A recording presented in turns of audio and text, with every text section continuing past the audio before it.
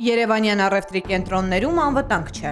Առանց լուրջ հաշվարկի։ Այն, ինչ լուսաբանել են լրագրողները։ Նախորդ 5 տարիներին միայն Երևանում գրանցվել է 5 խոշոր հրդեհ։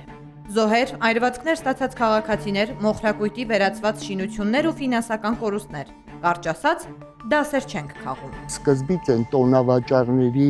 բանը որ եկավ, հաճախ անկանոն, անկազմակերպ տոնավաճառ ամեն մի հատվածը մեկի սեփականություն, նեղ շահերի բախումներ եւ այլն, եւ այդ ուղղությամբ անտեսվում էին անվտանգության խնդիրներ։ Դժգոհ են քաղաքացիները։ Վախնիր հերթին, անվստահություննիր։ Դե վախենում ենք նման տեղեր այցելելուց, դե պատճառներն էլ պարզ է, որ հրդեհը իրան չի լինում։ Պետությունն այդպես էլ չի համակարգում տիրույթը։ Բյուրոկրատիա, որը կորուստներ է արժենում։ Ինչ իմանանք, ով է հրդեհում, ով է պաժար տալի։ Պատասխանատու անհաղորդ օղակները միայն հրդեհի վայր են ժամանում, հարսանեկան կոստյումով դեպքի վայրում գնահատում իրավիճակն ու փակվում կաբինետներում։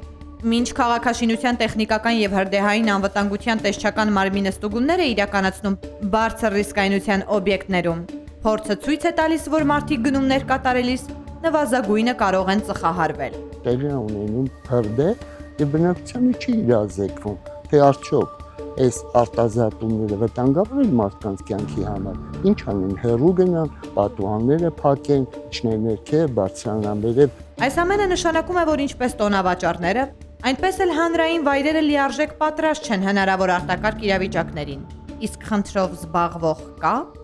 Դե իրական չկա։ Անտեր երկիր ա եղել։ Ով ոնց ուզում է, անենց է շարժվում է։